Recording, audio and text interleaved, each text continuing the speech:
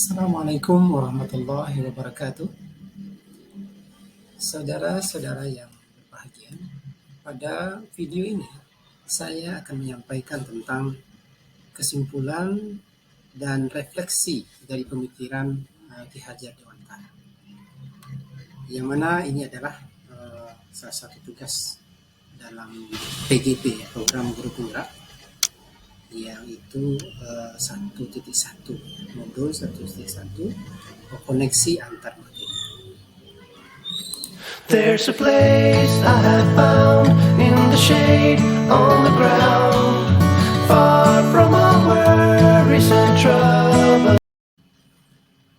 Pemikiran Bapak Pendidikan Nasional Ki Hajar Dewantara yang pertama, pemikirannya itu adalah pendidikan yang menuntun. Bagaimana pendidikan yang menuntun? Yaitu pendidikan di mana mengarahkan, membimbing siswa, membimbing anak, merawat anak sesuai dengan apa yang mereka miliki, potensi-potensi mereka miliki, sehingga mencapai keselamatan dan mendapatkan kebahagiaan.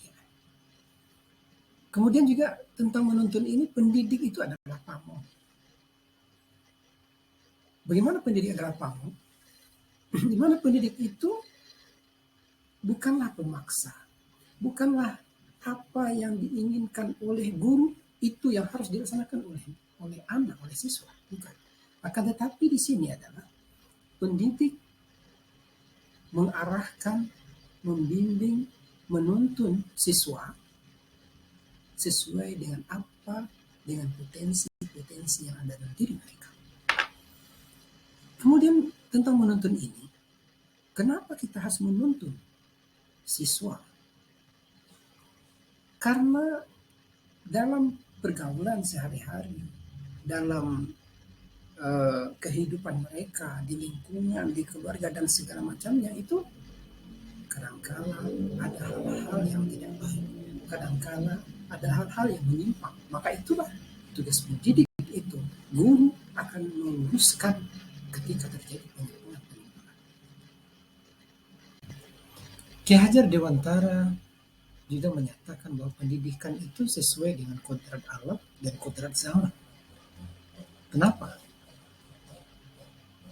Karena sifat seorang anak atau bentuk tingkah laku seseorang itu akan dibentuk oleh lingkungan.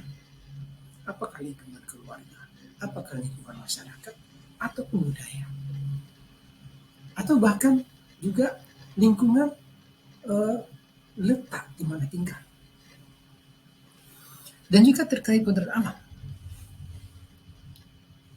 Maka pendidikan itu sesuai dengan kodrat alam. Beliau, Ki Hajar Dewantara, mengatakan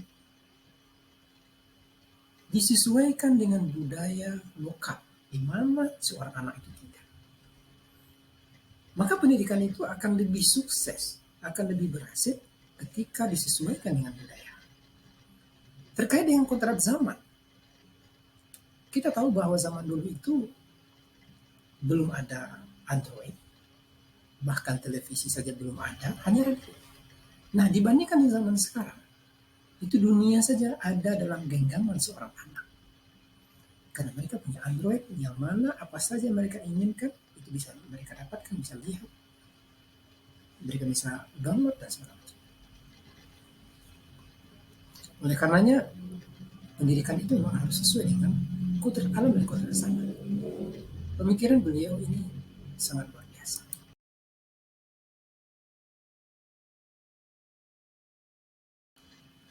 Tentang budi pekerti, Ki Hajar Dewantara mengatakan bahwa budi pekerti itu sama dengan watak atau karakter.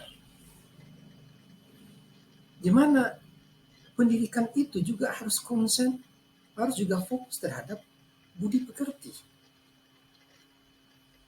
Apa maksudnya? Bahwa budi pekerti itu, apa yang terkandung dalam budi pekerti ada beberapa, yaitu cipta, karsa, karya. Cipta itu adalah kognitif, karsa adalah afektif, karya adalah psikomotor.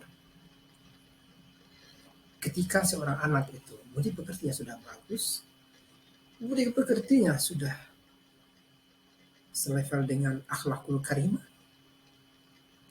maka dia akan pengetahuannya akan menjadi bagus, menjadi luas, kemudian sifatnya, karakternya akan menjadi teladan, dan juga apa tindakan-tindakan yang dia lahirkan akan menjadi sesuatu karya yang bagus.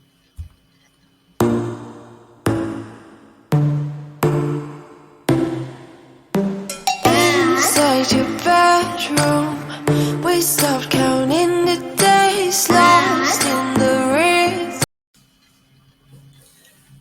Sebelum mempelajari modul 1.1 ini, saya merasakan ketika saya mengajar di kelas, itu guru itu masih mendominasi pembelajaran. Guru sering bicara, guru yang menguasai keadaan dari awal sampai akhir, dan siswa itu hanya beberapa kali saja untuk berbicara, maka ini kurang tepat. Kemudian yang kedua, guru belum memahami siswa secara utuh, belum memahami latar belakangnya, bagaimana karakternya. Mungkin ada yang sudah dipahami tapi belum secara utuh. Kemudian siswa mengerjakan latihan atau tugas dalam bentuk yang sama. Itu mungkin bisa, misalnya seperti, tolong dijawab pertanyaan ini ya, dengan menuliskan jawabannya. Nah, ini guru masih menginginkan jawaban yang sama bentuknya.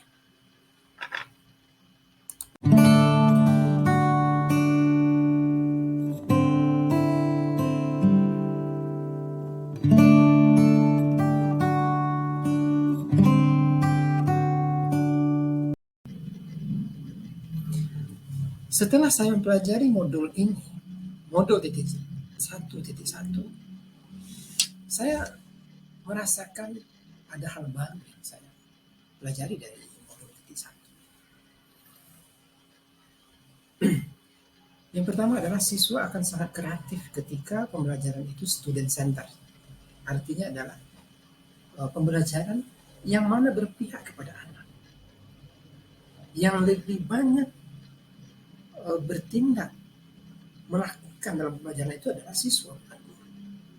Kemudian jika kita pahami dan kita laksanakan pemikiran dari Ki Hajar Dewantara, insya Allah suasana pembelajaran itu akan hidup dan menarik. Karena mereka akan bagaimana mereka berpikir, bagaimana mereka menghasilkan pembelajaran yang itu datang dari diri mereka sendiri. Siswa akan bahagia ketika belajar sesuai dengan potensi yang dimilikinya.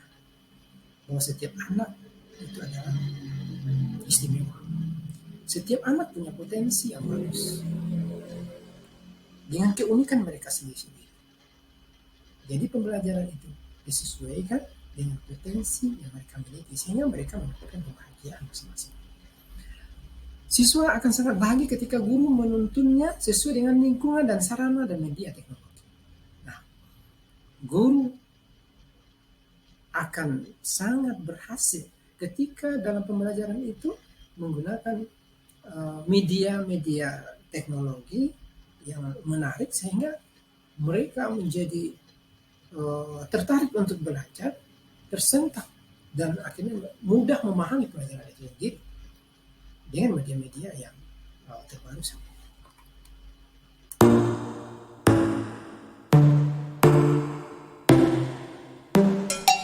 Inside your bedroom, we stopped counting the days lost.